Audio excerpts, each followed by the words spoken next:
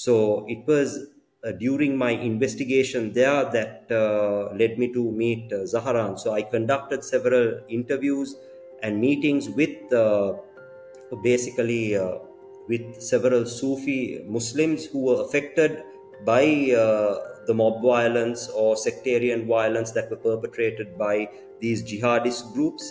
And I thought to myself that we need to listen to the other side as well. So that's what basically motivated me to go to this particular Tawheed mosque, which controlled a particular jihad group. So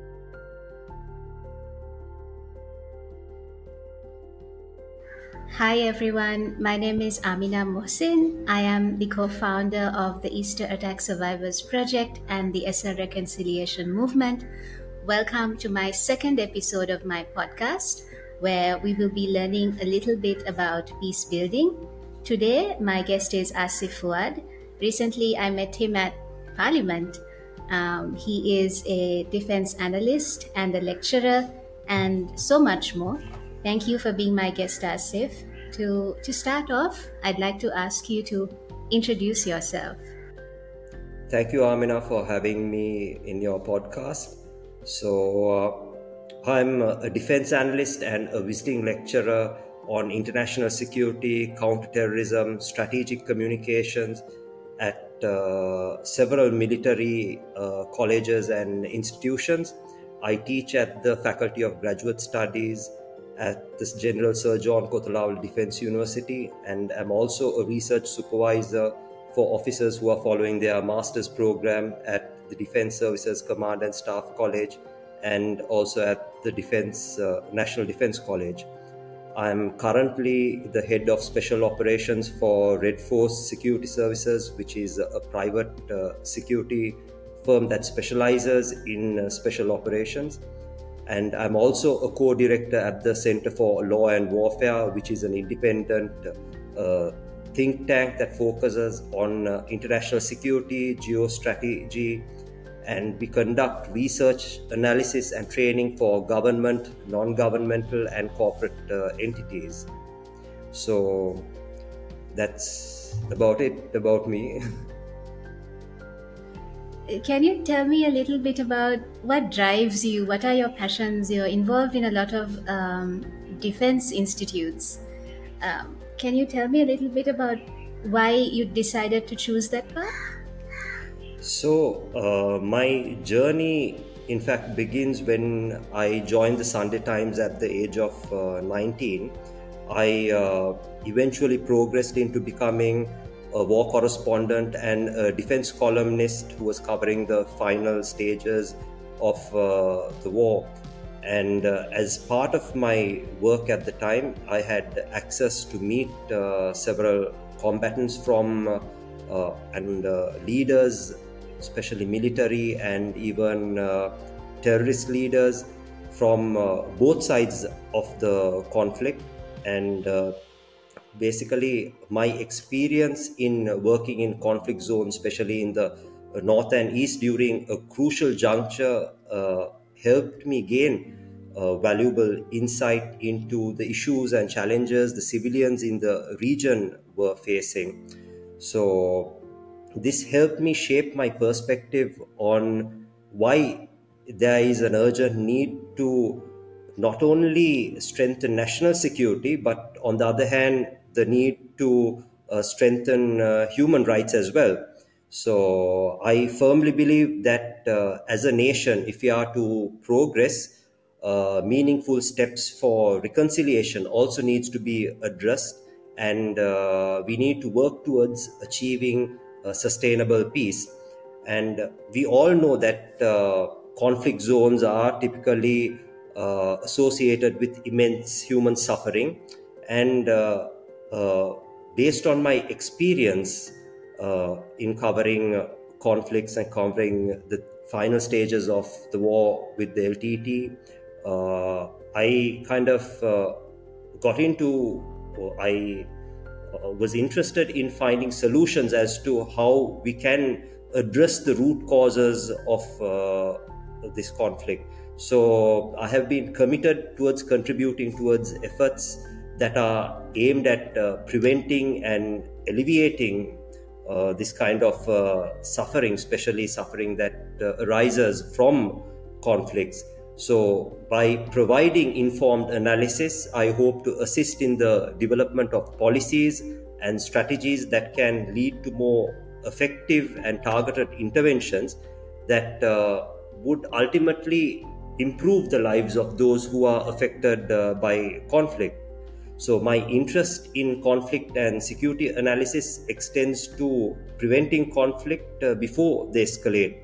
Mainly, as I mentioned earlier, mainly by understanding the root causes and the drivers of those conflicts it's absolutely vital in order to reduce the likelihood of violence and to also prevent a resurgence of the war. So ultimately, I see my work as a way to contribute to a safer, a stable, and a more resilient future.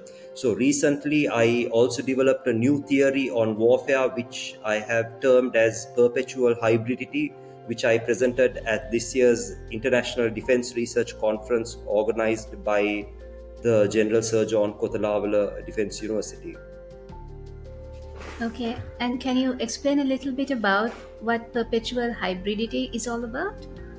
So, perpetual hybridity is essentially an evolving conflict phenomena or anomaly, which is basically redefining both our theoretical and practical understanding of the nature and character of warfare, especially in this current digitalized era we live in.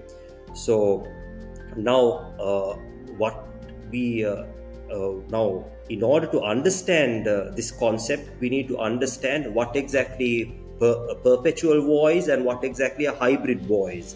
So a perpetual war is an ongoing conflict without a clear end point, without while the classical concept of war is based on the notion of having a victor, a vanquished, a truce, a surrender, or some form of end result that would lead to the termination of the conflict or the cessation or the eventual cessation of hostilities in a conflict. So traditionally, wars were considered to consist of an identifiable center of gravity or identifiable objectives or specific battle spaces, specific opponents, and clear outcomes. So when we take a deeper look at this particular conflict, now there are several conflicts that are ongoing, and one particular conflict is the conflict in Afghanistan. So my theory revolves around what essentially is happening in Afghanistan and how it has certain implications to regional security. Now, Afghanistan is a region which we can say that there is some form of hybrid warfare happening. So hybrid warfare essentially is the use or the synchronized use of conventional military capabilities or conventional military methods, and also which is combined with non-military or non-military means of warfare, such as cyber warfare, political warfare, or economic warfare, then information warfare. So the use of misinformation, disinformation campaigns are part of this broader hybrid warfare strategy. So we can see a convergence between Afghanistan's perpetual war with an ongoing hybrid war that is taking place. So this has given rise to this phenomena known as perpetual hybridity. So now when we look at hybrid threats stemming from Afghanistan, we can quite easily say that it is that it can be used as a launch pad by state and non-state actors that will seek to exploit multiple battle spaces. Either it could be an information battle space or a political battle space, which you would need guns or any form of armament to influence or coerce a particular regime, or you can use cyber operations, you can use disinformation campaigns, or even diplomacy and espionage to some extent can be used as part of a hybrid strategy.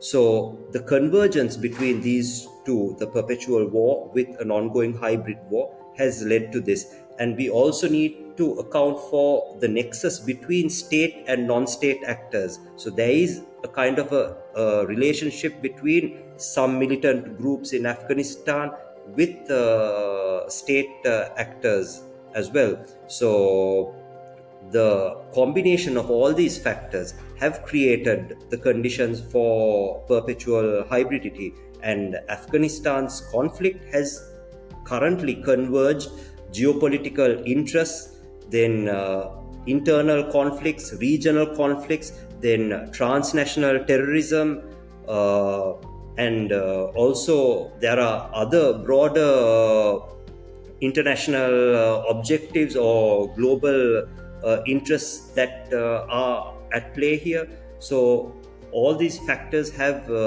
contributed towards this state of perpetual hybridity.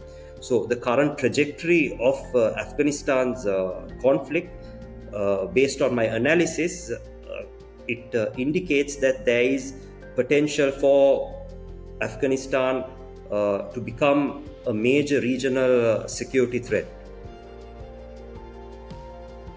Okay, very interesting. Thank you.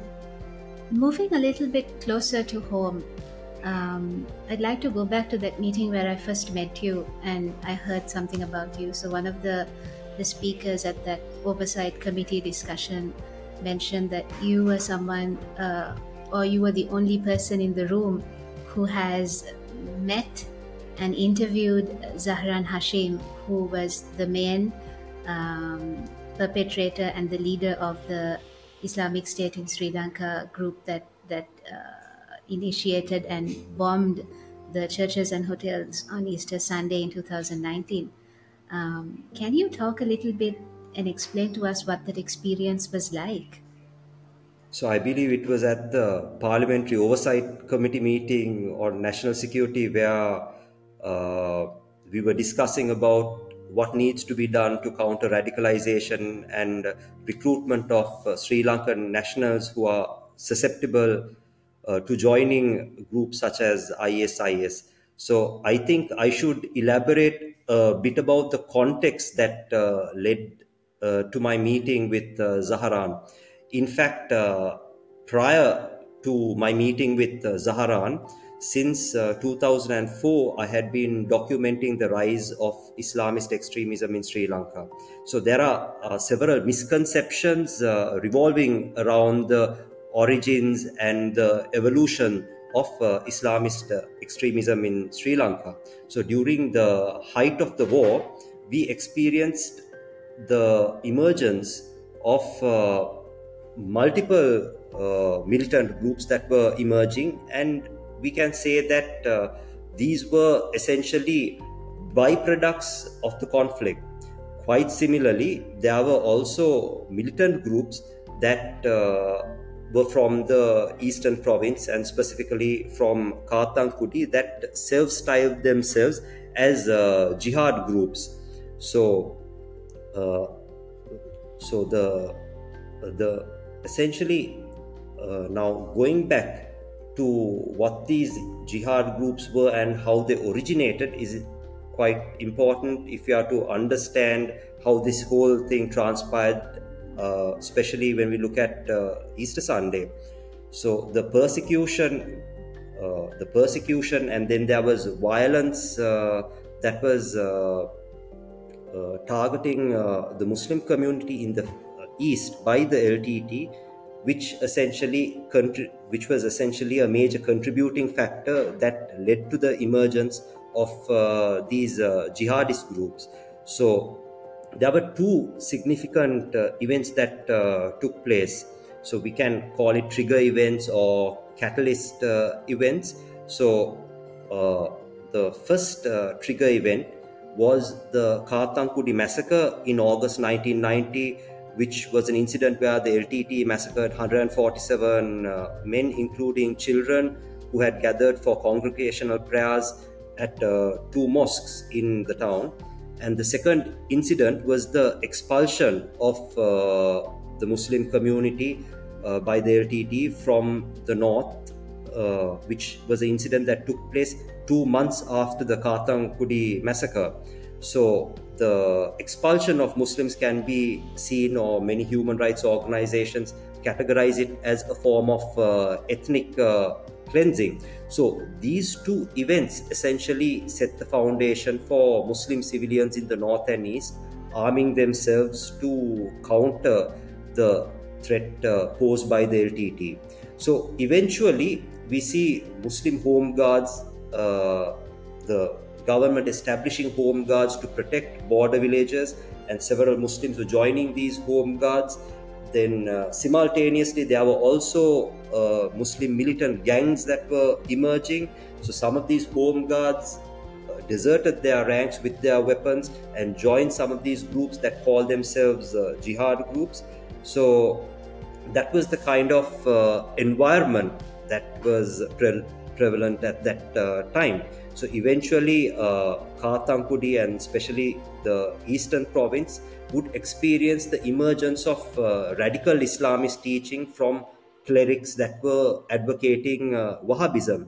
So it was in such an environment that was plagued by radicalization that someone like Zahran emerged as a cleric. So it was somewhere around July 2009 where there was sectarian violence between the Sufi and the Tawhid Muslims in Beruwala that basically led me to investigate into this incident. So the Beruwala incident was essentially where one of the mosques was critical or criticizing the practices of a much older mosque known as the Buhari Mosque, saying that they were, so the Maulavi or the cleric was using loudspeakers and were kind of inciting a kind of violence.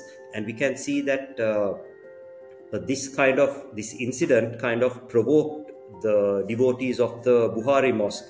So eventually some of the devotees of the Buhari Mosque went and attacked this other mosque, which was considered a Tawhid mosque. And at that particular time, especially, many did not understand much about the sectarian differences and why this clash took place, and why the Tawhid group, what were the differences between the Tawhid and the Sufi groups that led to this clash. So I decided that we should go to the birthplace of Islamist extremism, or the place which initially Islamist extremism originated, which was Katangkudi. So it was during my investigation there that led me to meet Zahran. So I conducted several interviews and meetings with with several Sufi Muslims who were affected by the mob violence or sectarian violence that were perpetrated by these jihadist groups. And I thought to myself that we need to listen to the other side as well.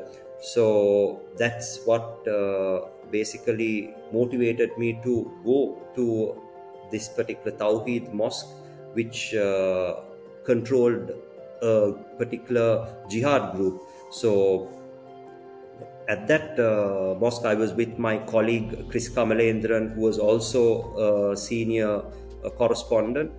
So we were taken into this mosque, which was still a madrasa actually, which was kind of under construction, and we saw several youths who had their face covered, carrying makeshift shotguns to T56 assault rifles to LMGs, who were guarding the premises. So it was somewhat suspicious as to why would there be so many armed youths carrying weapons in a madrasa or a place of worship.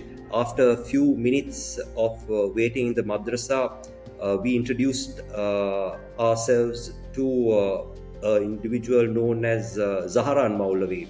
So he introduced himself as MC Zahran, which actually stands for Muhammad Qasim Zahran. So much of the media have reported his name as Zahran Hashim, but I believe that his national identity card, the name that is contained in his national identity card or his birth name was Muhammad Qasim Zahran. So he introduced himself as the propaganda secretary for the Tawhid group he represented. So during that meeting, I asked him about the violence in Beirut and about his particular group conducting attacks on several Sufi mosques and Sufi Muslims. And then he responded saying that he had a kind of a divine duty to purify Islam from any innovation or any other acts that he believed were blasphemous. So he even said that our followers, who number around 2,000, practice true Islam. So he had a congregation of over 2,000 followers at that particular time, and he was probably in his early 20s. And then initially he seemed like a radical cleric who had a large following in Kathankudi alone, but later we found out that he also had a following in other parts of the island as well.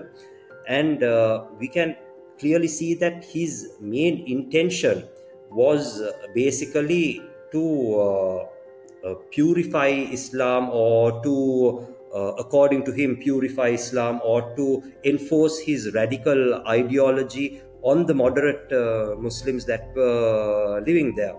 So he didn't have any pan-Islamist ideology of being part of a caliphate building project, or being part of a kind of a ISIS model of building a caliphate. So after about half an hour of an interview, my final remarks was that he needs to respect the religious practices of other denominations and other communities. And basically he countered by saying that it was his duty to correct the Muslim community, and it was his duty to protect Islam from outside influences or what he perceived as un-Islamic practices. So he did not, at that meeting, he did not seem agitated or offended by any of the questions that I was asking, but he seemed very critical over the Sufi Muslims and the Shia Muslims, and he found them as a much bigger threat than even the non-Muslims. So later on, we can see that the emergence of ISIS and basically created what we call new terrorism or digital terrorism, where lone wolf type terrorists or inspired networks emerged. So initially, most of these jihad groups were known as Nox Group. There were several jihad groups that were known as Nox Group, Mutur Jeti Group, then Osama Group, Saddam Group.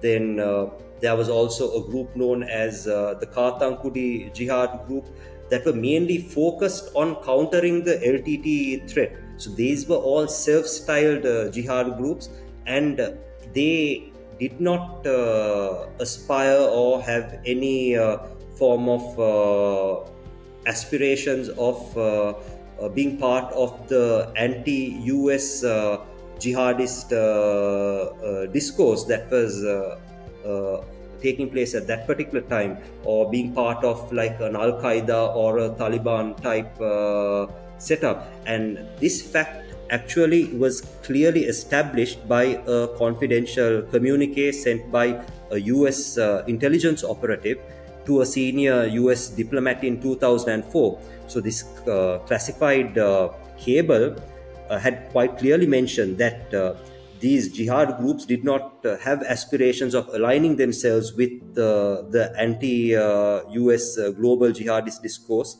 and they were more focused on the local grievances, such as the threat posed by the LTT, and secondly, or maybe most importantly, propagating their own brand of Islam to the Muslim community in the East. So there were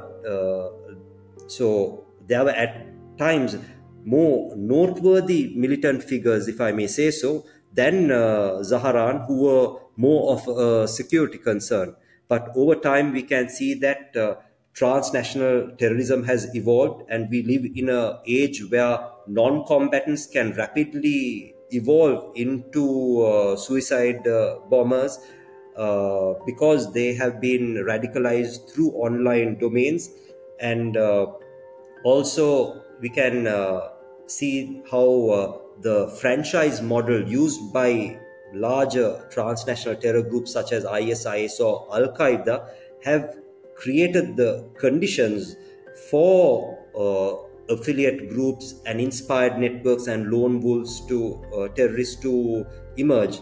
So this is now, despite, we need to keep in mind that despite the losses, significant losses, the loss of combatants, the loss of territory and leaders groups such as ISIS and Al Qaeda have faced, they have remained resilient primarily because of their ability to evolve through their affiliate groups, through their franchise groups, and because they are able to keep their ideological drive alive. So these were the conditions that actually created this suicide bomber, or the mastermind of the Easter Sunday bombings, Zahran Qasim, or who is popularly known as Zahran Hashim. Thank you. Okay. I want to take a line you mentioned during your answer to that question of what it was like to meet Zahran and what did you learn from that experience. So you published what you went and learned in Kathankudi with Chris, and I think that was published in many fora. What were your expectations of how the response of that publication would go? So you were warning that Zahran and people associated with him and these different Muslim militant organizations that had sprung up, the threat that they could pose to the future of the country, right?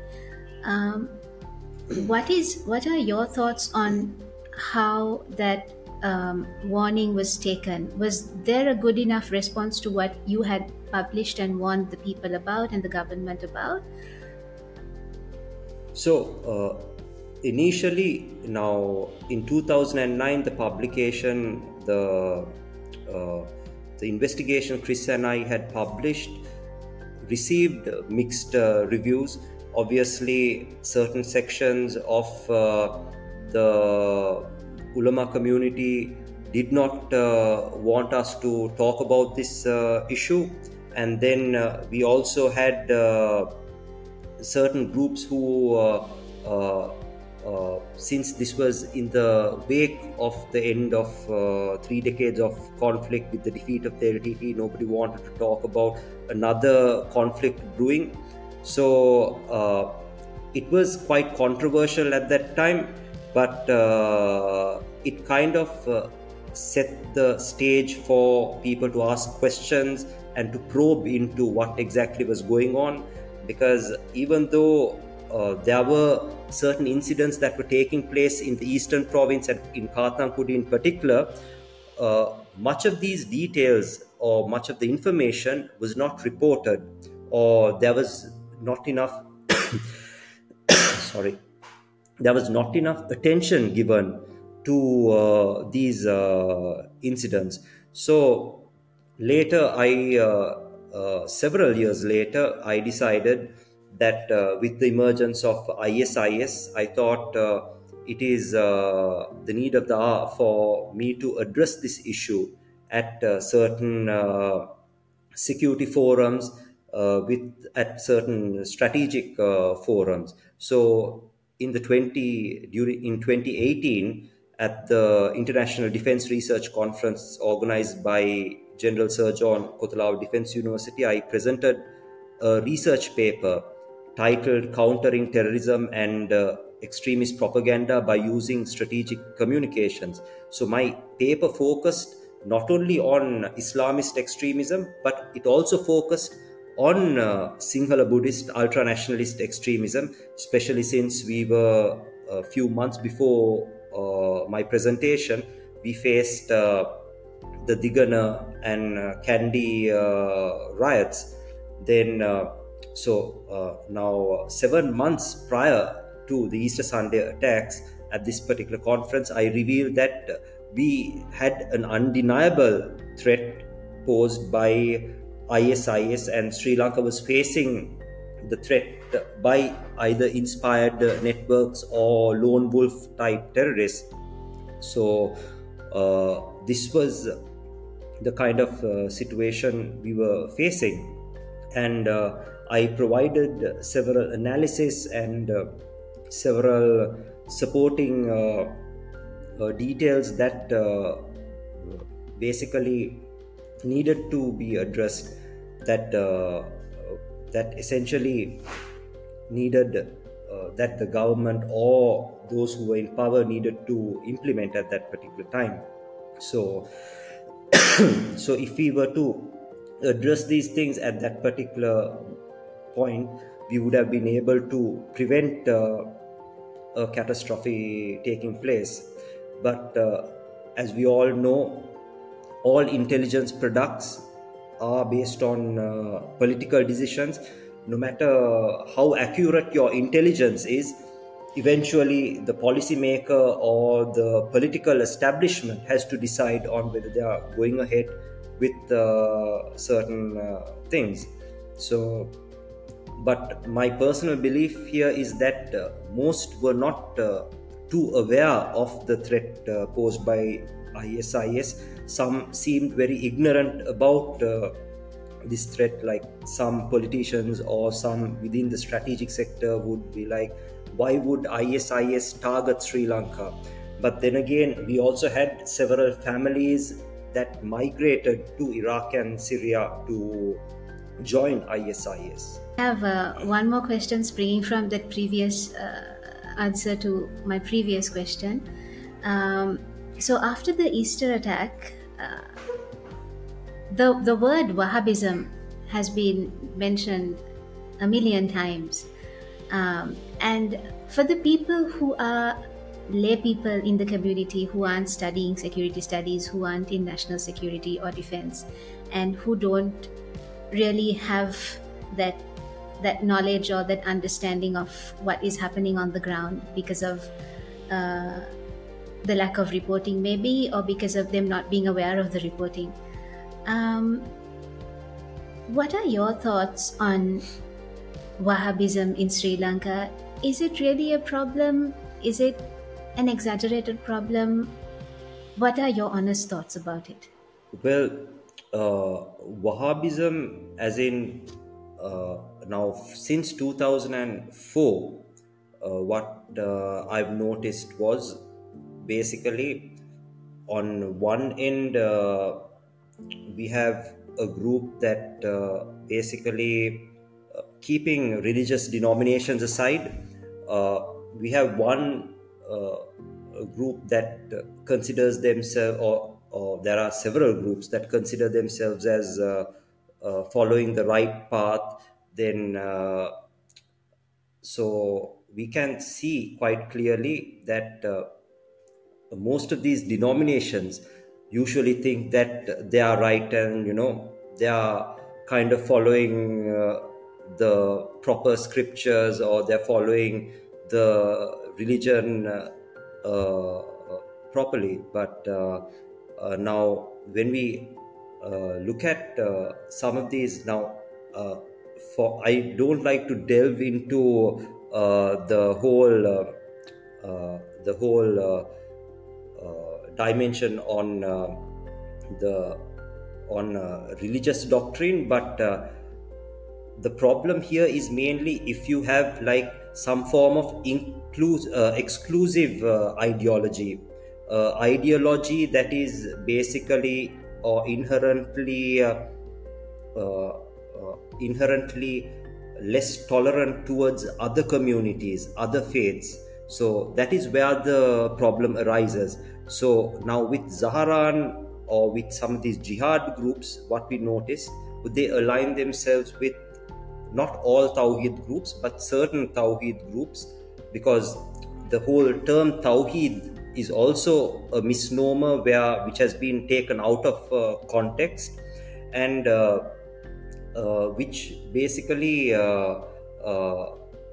many of the Sufi Muslims or even Shia Muslims or those who are not part of the whole Salafi, or who are not part of that particular denomination, they would consider them as Wahhabis. Now, those who are practicing Wahhabism wouldn't consider themselves as those who are adhering to Wahhabism. So now the issue here is categorizing in a security perspective. Now, who or what exactly is the security threat, and who is posing this security threat?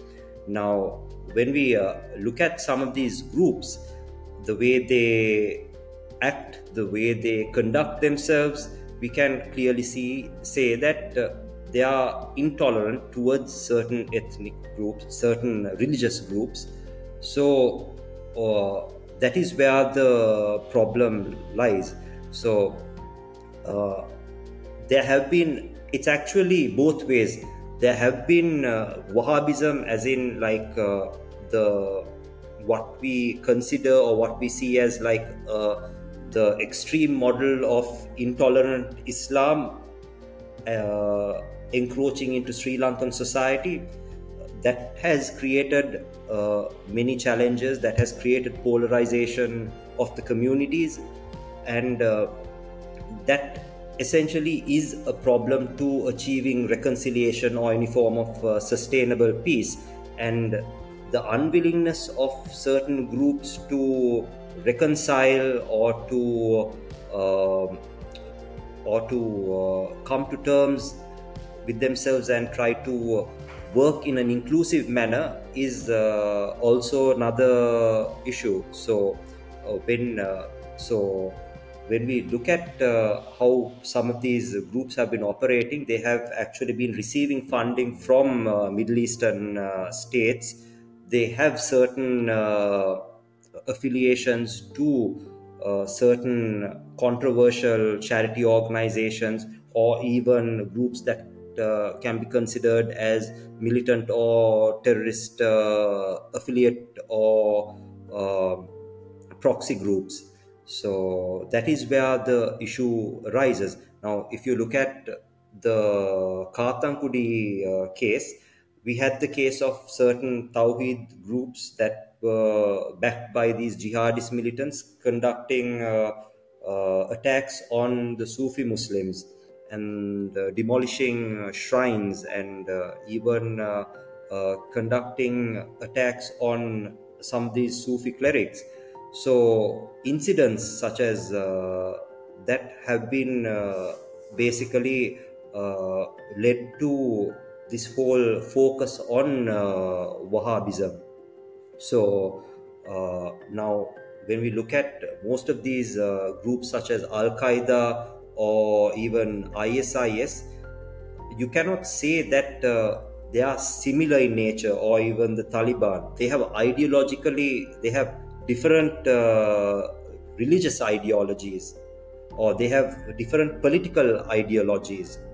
But there is one common factor there, and they follow a particular radical strand of Islam that many analysts and scholars term it as Wahhabism.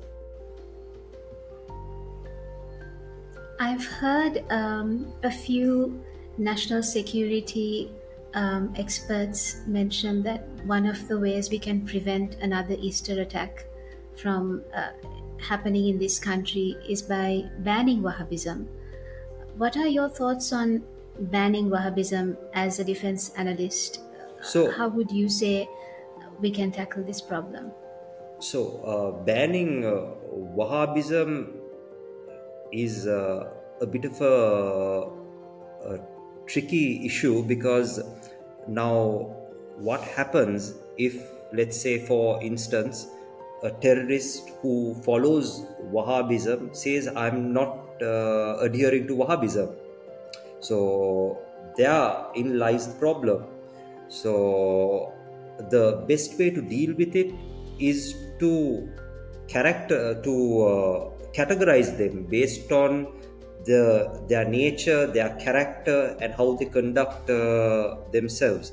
So ideologically, yes, there is a problem in terms of Wahhabism, which is to some extent existential, but identifying that problem is always a challenge, because let's say, for example, I don't think a suicide bomber like Zahran would call himself a person who follows Wahhabism. Now, for example, Abu Musab al-Zakawi, who is essentially the founding father of ISIS.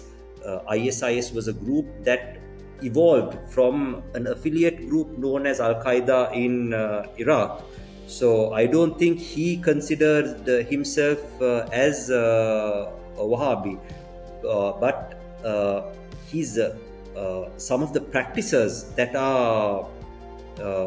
he had included have certain similarities to Wahhabism.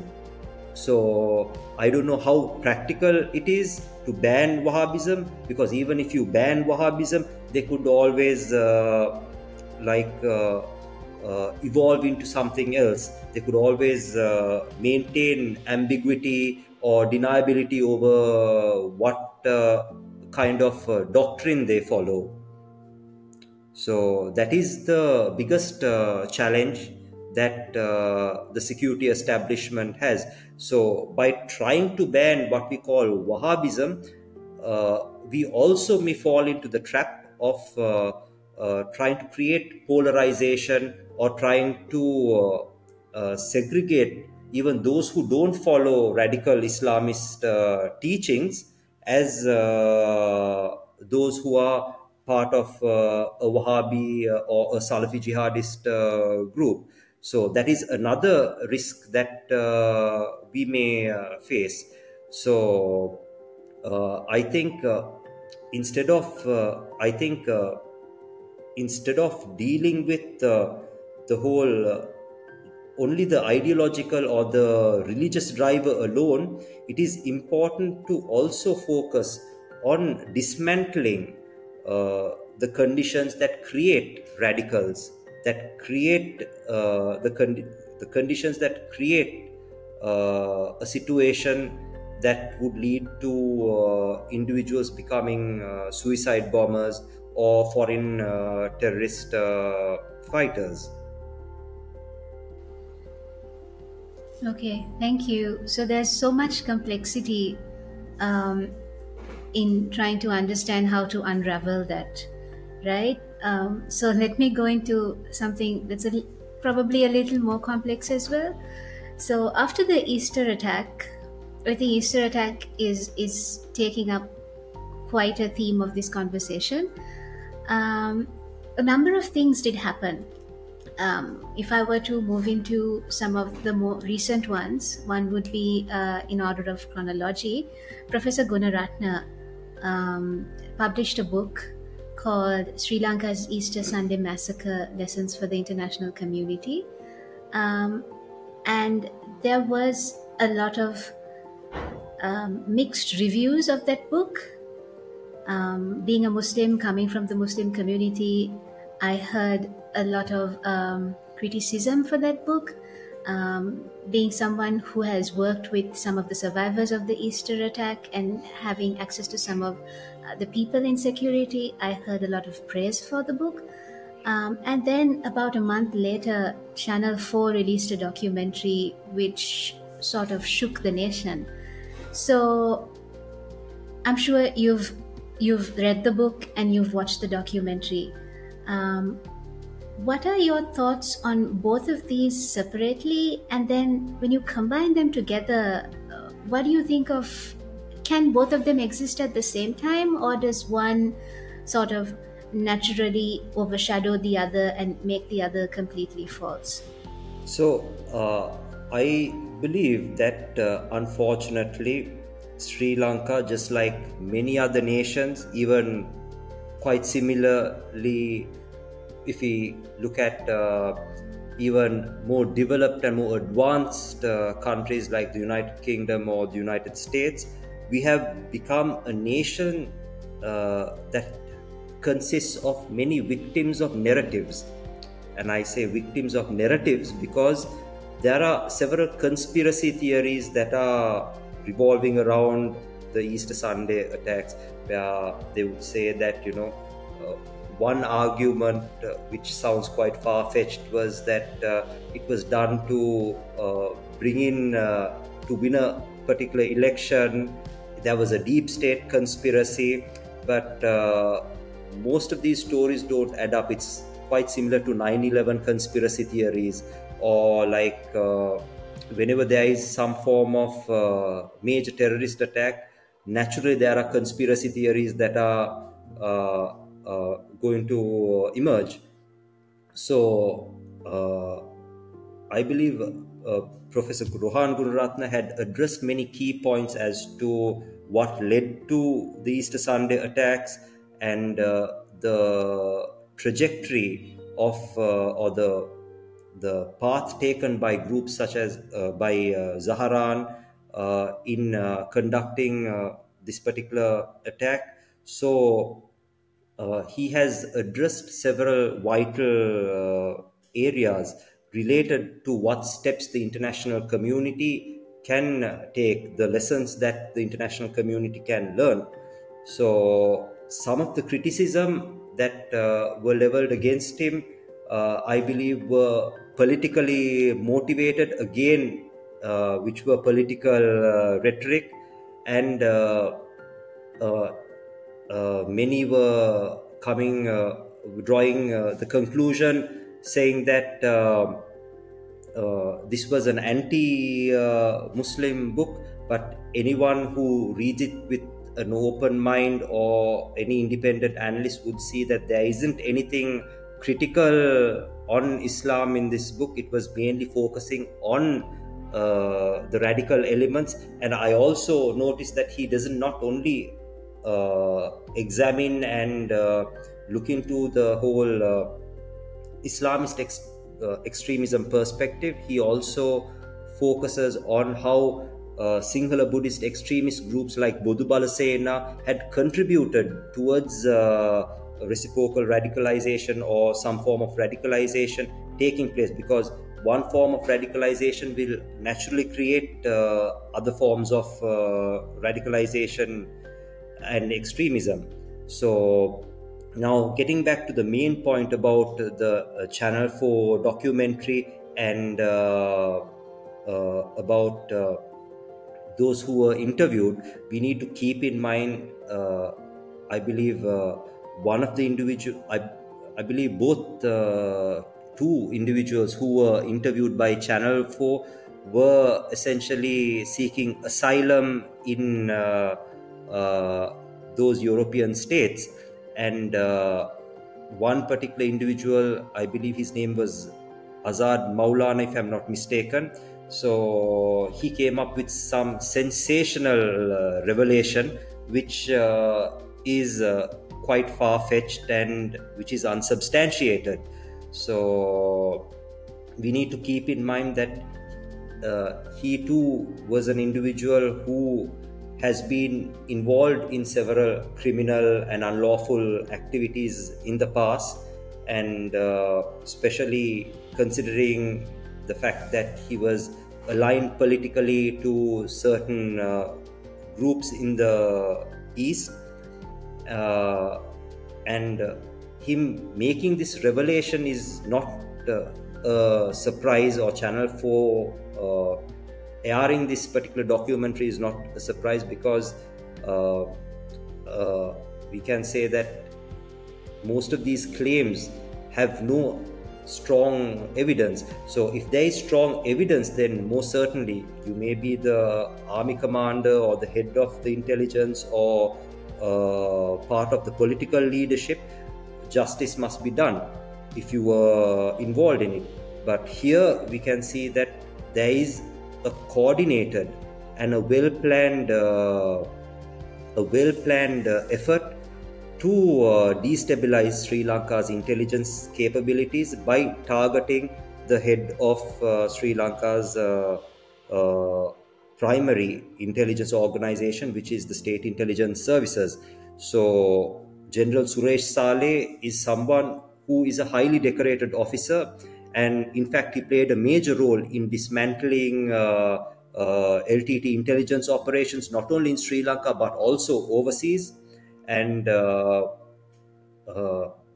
and one very important point that I need to stress on is that now he has been the main focus on this channel for expose, and in recent times several politicians who have been hiding behind the cover of parliamentary privilege have been accusing him of conspiring with the Easter Sunday bombers, which is utter and absolute fabricated and tale. So basically, any member of parliament can make any form of a statement without having any repercussions or any implications, because they are covered by parliamentary they're protected by parliamentary privileges. So we can see there is a calculated effort to destabilize Sri Lanka's intelligence capabilities by targeting the head of the country's intelligence. So it's quite similar to the head of MI6 or the head of the CIA being targeted by conspiracy theories and political rhetoric. So it is that is the kind of situation that we are facing now. If we listen to Zahran's pledge of allegiance to ISIS, he has clearly indicated some of the reasons for conducting the attacks. In his video, he mentions the loss of combatants and territory of ISIS Central that had basically motivated him and his band of suicide bombers to conduct that attack. And he draws reference specifically to the mosque massacre in New Zealand. So there has been a string of attacks conducted by ISIS. Many ask why Zahran conducted attacks on churches and not on temples or in target the majority Sinhala Buddhist community. So the answer there is quite simple, because his ideology is not localized anymore. He's not focusing on purifying the Muslims or countering the LTT anymore. His ideology is based on establishing a pan-Islamist caliphate, and his ideology is aligned with the ISIS ideology, and therefore he pledged allegiance to Abu Bakr al-Baghdadi and formed his own local affiliate group. And he has mentioned that the New Zealand the mosque attack was one of the reasons that there needs to be a response. Now, if we look at the path taken by so many ISIS groups, they perceive the actions taken by Western powers or Western forces against them as a crusader battle or as a war against the Crusaders. So therefore, even before the 2019 Easter Sunday attacks, we have seen attacks on several churches and attacks on Christian and Catholic groups. In 2017, there was a coordinated attack on 2 churches on Palm Sunday in Egypt. One attack, I believe, was in Alexandria. Then in February 2018, there was an attack on the Orthodox Church in Russia by a lone wolf type gunman. Then in May 2018, once again, there was multiple suicide bombings that were conducted in Surabaya in Indonesia by Jama Ashrut Daula, which is another ISIS affiliate. In December 2018, there was an attack on the Christmas market in France that was perpetrated by an ISIS-inspired lone wolf attack. Then, just about 4 months before the Easter Sunday attacks, Abu Sayyaf, which is a prominent East Asian terror group, they have self-styled themselves as Islamic State of East Asia province, conducted attack in a cathedral in Jolo in Philippines. So we can see many members of parliament under the cover of these parliamentary privileges have been promoting conspiracy theories that are revolving around Easter Sunday. And as I mentioned before, the targeting of the head of any country's intelligence apparatus, especially when there is no substance or when there is no clear evidence, is a bid to destabilize a nation's national security capabilities. And we can obviously come to this conclusion that this is also a form of hybrid warfare, and it is not something that we should be surprised about. So even in the past, Channel 4 have come up with sensational stories that were somewhat one-sided and biased, that had been targeting the Sri Lankan government over its peace building or reconciliation efforts. So my point is, regardless of anyone's position, if there is a hidden hand and if there is evidence, then justice should be done. But if there isn't evidence, and if most of these claims are unsubstantiated, then there is a duty upon the elected members to stand by those who are serving their country, who are playing a key role or taking the risk of protecting Sri Lanka's national security.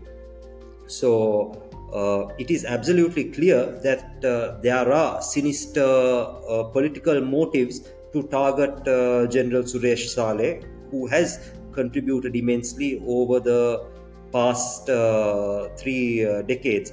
And we can clearly see that this is a move to essentially undermine Sri Lanka's intelligence capabilities, while on the other hand, there are political designs in order to use this as this rhetoric as a tool to win an election, or as a tool to basically gain some form of attention or popularity. Okay, thank you. So looking into the future, keeping all of that in mind, including the parliamentary privileges that some politicians do have, looking into the future, Asif, this is my final question for this episode. Where do you think things are heading, considering also that while we're doing this podcast, there is global conflict happening in the Middle East as we speak? Where do you think Sri Lanka is heading in terms of post-Easter attack context and Muslim radicalization? So, in terms of the global context, or how basically transnational Islamist extremism affects Sri Lanka, ISIS as a core group, or the central organization that was operating in Iraq and Syria, they are not a major threat anymore. But the biggest threat that is posed to not only Sri Lanka but also the South Asian region is a group known as Islamic State of Khorasan province, which basically operates in Nangarhar and Achin provinces in Afghanistan.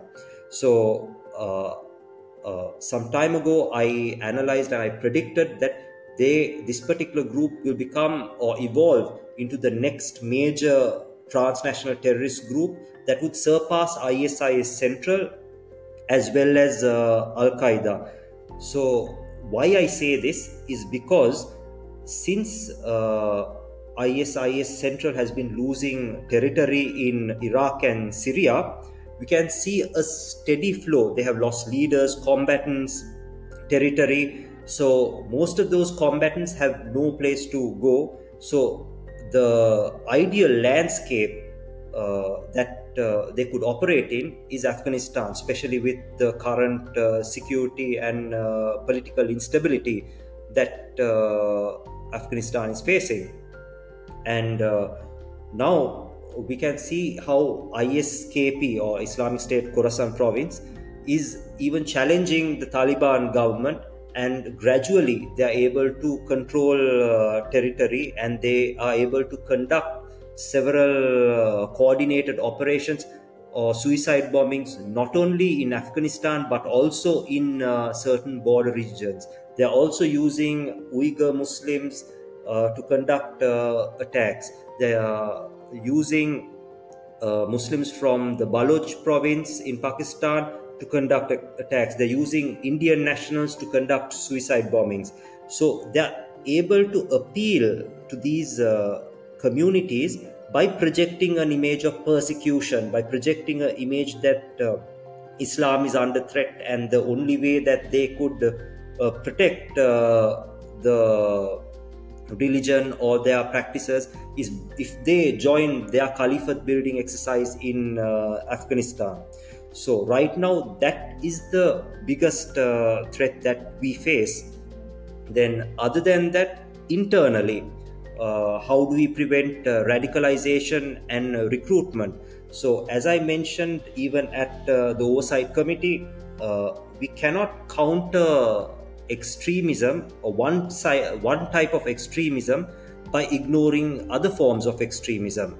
So there needs to be a multidimensional, integrated approach. There needs to be a whole of society approach. This is not a job that only a military establishment or the defense apparatus can basically work on, or can successfully counter the emergence of radicals or recruitment of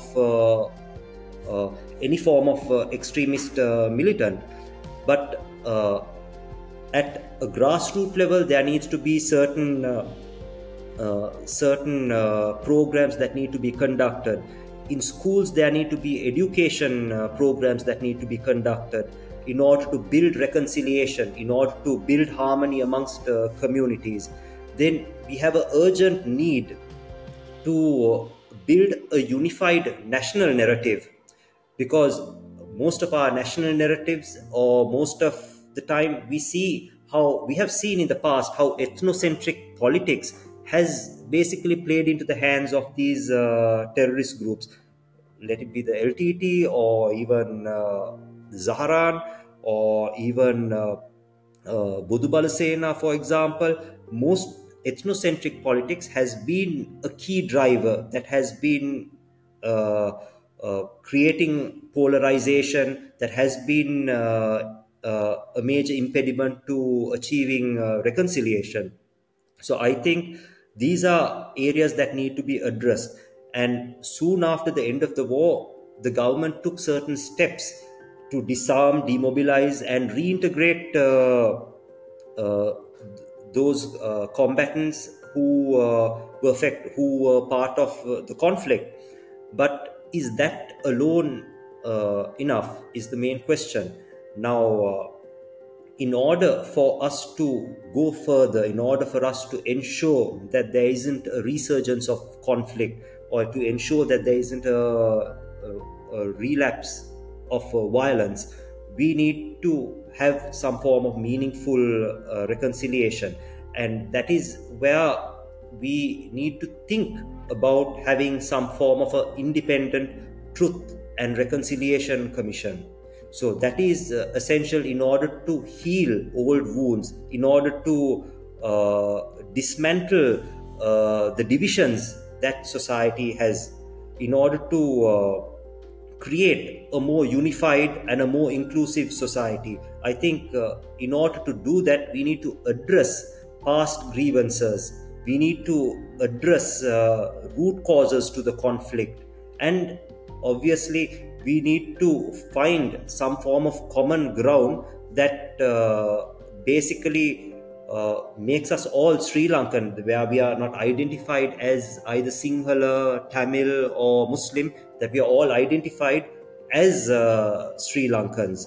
So I think there is an urgent need for that. And in order to do these things at a policy level or at a higher governmental level, there needs to be some form of political will to establish a mechanism that would focus on truth and reconciliation.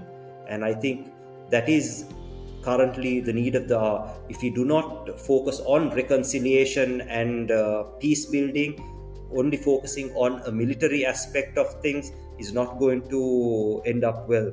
And I strongly feel that in order to build a strong and a united country or a inclusive nation, we need to have a mechanism to build meaningful reconciliation. Thank you so much, Asif. I really appreciate this, and I'm very excited to get this episode rolling. I'll share